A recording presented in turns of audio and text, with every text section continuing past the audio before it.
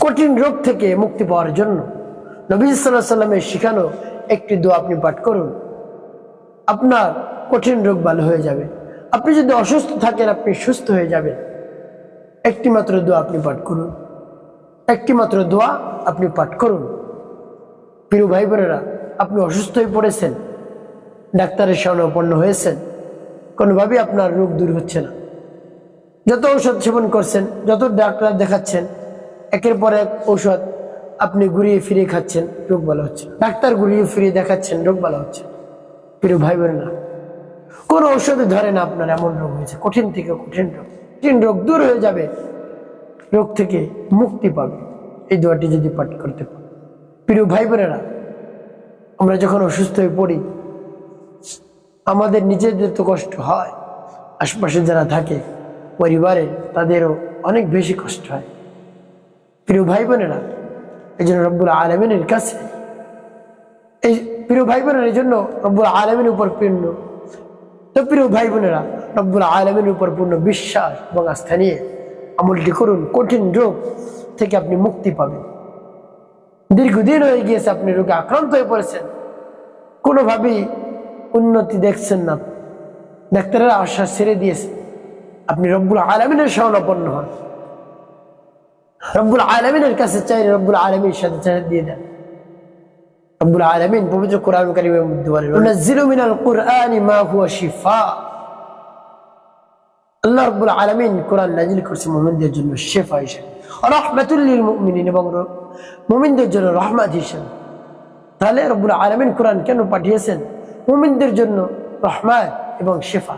এই কোরআন থেকে হুকুমগুলো পালন করবে, যা বলা হয়েছে সেটা মানবে, যা নিষেধ করা হয়েছে তার থেকে বিরত থাকবে। তো প্রিয় ভাই বোনেরা, পবিত্র কোরআন কারীম হলো মুমিনদের জন্য শিফা এবং রহমত। তো সেই পবিত্র কালামের আপনি শরণাপন্ন হন, রব্বুল আলামিনের শরণাপন্ন হন, দেখবেন আপনার কি পরিমাণ দিয়ে দিয়েছে। আপনি রোগে আক্রান্ত, কোনো ডাক্তার আপনার রোগ ধরতে পারছে না, রব্বুল আলামিনের কাছে বলুন, রোগ একেবারে দূর হয়ে যাবে, আপনি কঠিন রোগ থেকে মুক্তি পাবেন। অসুস্থ থাকলে আপনি একেবারে সুস্থ হয়ে যাবেন ইনশাআল্লাহ। প্রিয় ভাই বোনেরা, আমলটি কিভাবে করবেন, কখন কখন করবেন, আমি শুরু থেকে শেষ পর্যন্ত বলে দেব। তার পূর্বে আপনাদের সকলের কাছে একটি অনুরোধ থাকবে, যখন আমলটি শিখবেন ভিডিওটি না টেনে না কেটে দেখার চেষ্টা করুন, তাহলে আপনি সঠিক নিয়মে সঠিক পদ্ধতিতে এই আমলটি করতে পারবেন। আর যদি কেটে কেটে দেখেন, টেনে টেনে দেখেন, তাহলে দেখা যায় অনেক জায়গা বাদ পড়ে যেতে পারে, আপনি সঠিক নিয়মে এই আমলটি করতে পারবেন না। প্রিয় ভাই বোনেরা, যখন আপনি আমলটি করবেন তখন একেবারে দুনিয়াবি যত ধরনের চিন্তা ভাবনা রয়েছে সব আপনি দূরে ঠেলে দিয়ে আপনি আমলটি করতে পারবেন। আর এই আমলটি কখন করবেন? মাগরিবের পরে, ফজরের পরে, মাগরিবের পরে, ফজরের পরে, এই দুই বেলা আপনি আমলটি করবেন। তো এই আমলটি কখন কখন করবেন? ফজর এবং মাগরিবের নামাজের পরে।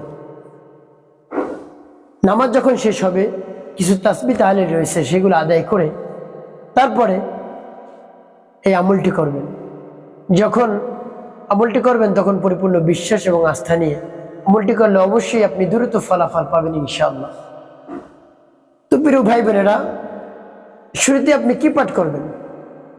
আপনি ধরে নিন আপনি মাগরিবের নামাজের পর বা ফজরের নামাজের পর আমলটি শুরু করে দিয়েছেন। শুরুতে কি পাঠ করবেন?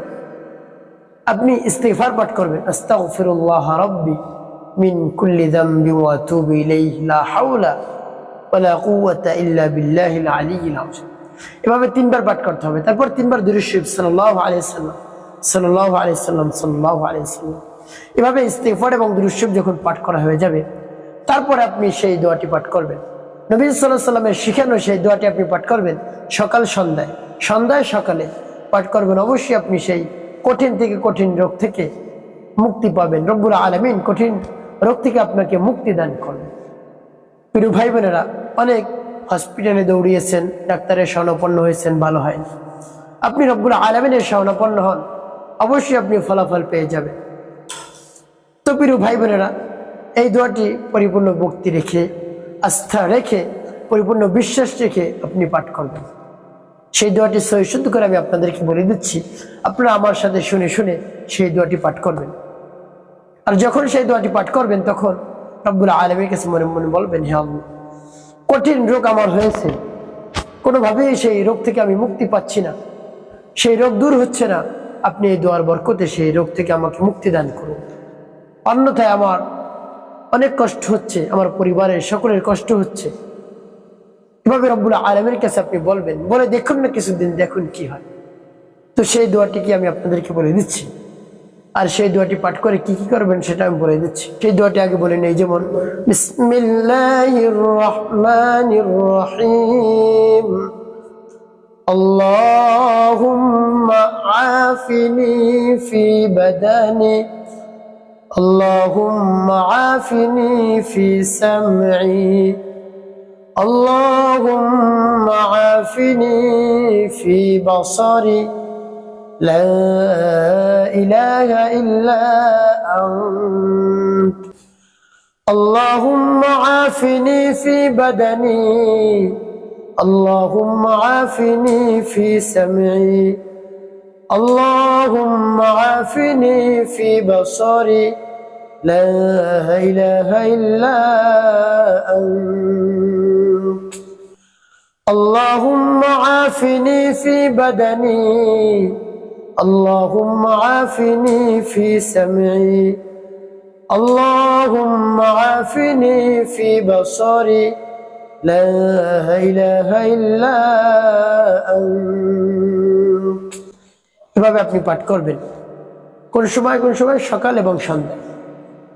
এভাবে যখন পাঠ করা হয়ে যাবে একটু ফুলিয়ে তারপর আপনি আবারও পাঠ করবেন, বিসমিল্লাহির রহমানির রহিম, আল্লাহুম্মা আফিনি ফি বাদানি, আল্লাহুম্মা আফিনি ফি সামঈ, আল্লাহুম্মা আফিনি ফি বাসারি, লা ইলাহা ইল্লা আনত, আল্লাহুম্মা আফিনি ফি বাদানি, আল্লাহুম্মা আফিনি ফি সামঈ, আল্লাহুম্মা আফিনি ফি বাসারি, লা ইলাহা ইল্লা আনত, আল্লাহুম্মা আফিনি ফি বাদানি, আল্লাহুম্মা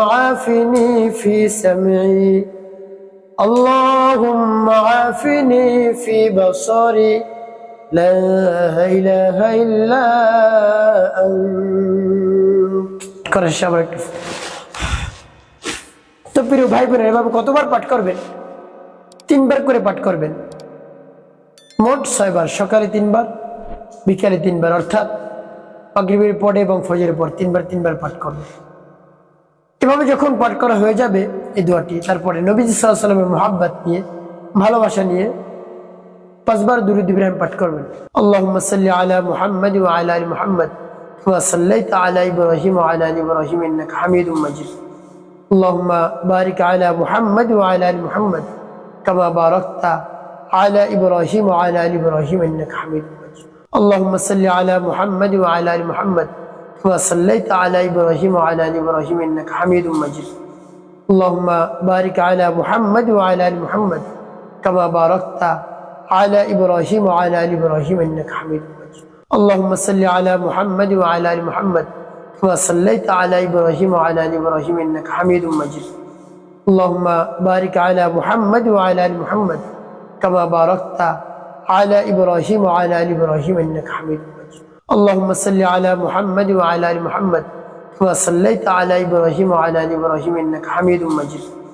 اللهم بارك على محمد وعلى آل محمد كما باركت على إبراهيم وعلى آل إبراهيم إنك حميد مجيد. اللهم صل على محمد وعلى آل محمد كما صليت على إبراهيم وعلى آل إبراهيم إنك حميد مجيد. اللهم بارك على محمد وعلى آل محمد كما باركت على إبراهيم وعلى آل إبراهيم إنك حميد مجيد.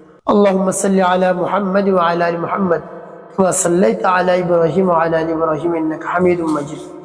اللهم بارك على محمد وعلى آل محمد كما باركت على إبراهيم وعلى آل إبراهيم إنك حميد مجيد.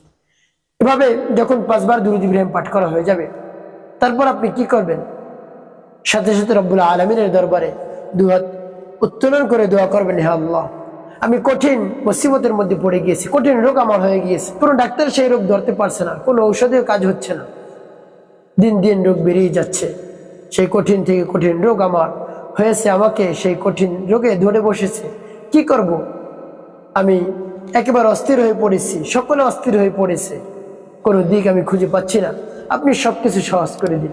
এভাবে রব্বুল আলামিনের কাছে পরিপূর্ণ বিশ্বাস নিয়ে, ইয়াকিন নিয়ে, আস্থা নিয়ে আপনি বলবেন, দেখবেন আপনার কঠিন রোগ রব্বুল আলামিন ভালো করে দিয়েছে, কঠিন রোগ থেকে আপনি মুক্তি পাবেন ইনশাআল্লাহ। প্রিয় ভাই বোনের, একটি কথা মনে রাখতে হবে, 5 ওয়াক্ত নামাজ আপনাকে আদায় করতে হবে।